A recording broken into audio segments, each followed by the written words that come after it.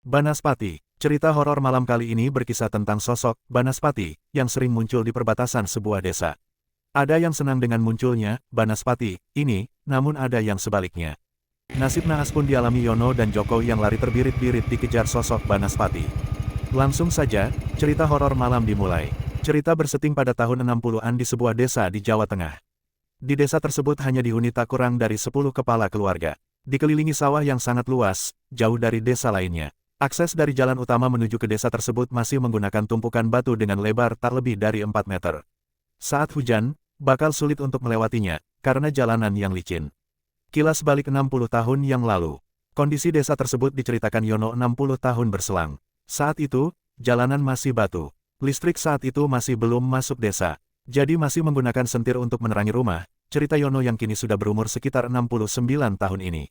Sambil nyeruput kopi, Yono yang kini sudah memiliki 5 cucu itu memulai ceritanya. Saat itu, legenda Banaspati menjadi perbincangan hangat saat dirinya masih kecil. Perlu diketahui, Banaspati adalah mitos hantu atau roh jahat berwujud seperti api dan berelemen utama api. Sosoknya bisa mengambil bentuk bola api atau pusaran api. Makhluk gaib ini dipercaya muncul karena ada kekuatan gaib dari seseorang yang memiliki kesaktian dalam menghadirkan kekuatan alam berwujud bola api menyala-nyala.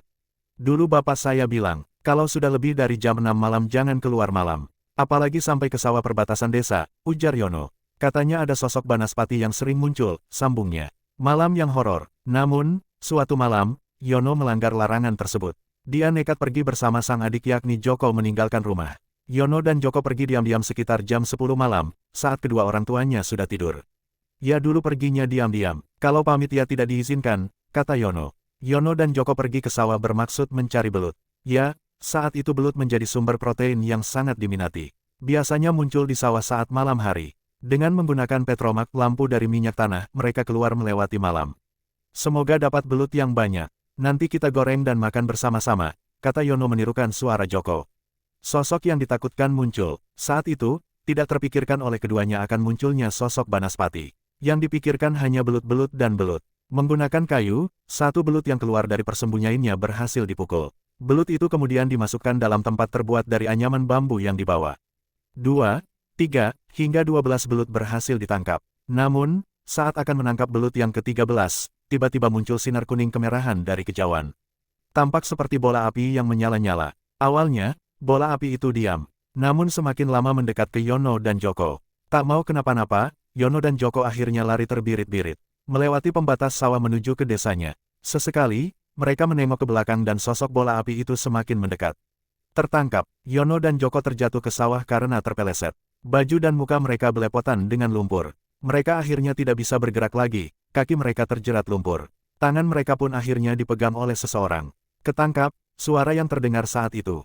Sosok yang menangkap mereka ternyata sang bapak. Saat itu, sang bapak bangun untuk mengecek aliran air di sawah. Namun saat mengecek, justru melihat dua orang yang mencurigakan di sawah miliknya. Sang bapak yang saat itu membawa obor pun berlari mendekat. Kaget, justru menemukan kedua anaknya yang sedang mencari belut. Wes dikandani aja metu wengi. Kono, balik, adus terus turu, nak, sudah dikasih tahu jangan keluar malam. Sana segera pulang terus mandi, kata Yono menirukan suara sang bapak. Bapak saat itu, khawatir karena sering muncul ular pada malam hari. Yono dan Joko pun akhirnya bersama sang bapak. Cerita horor ini hanya fiktif. Bila ada kesamaan nama dan lokasi itu hanya kebetulan saja.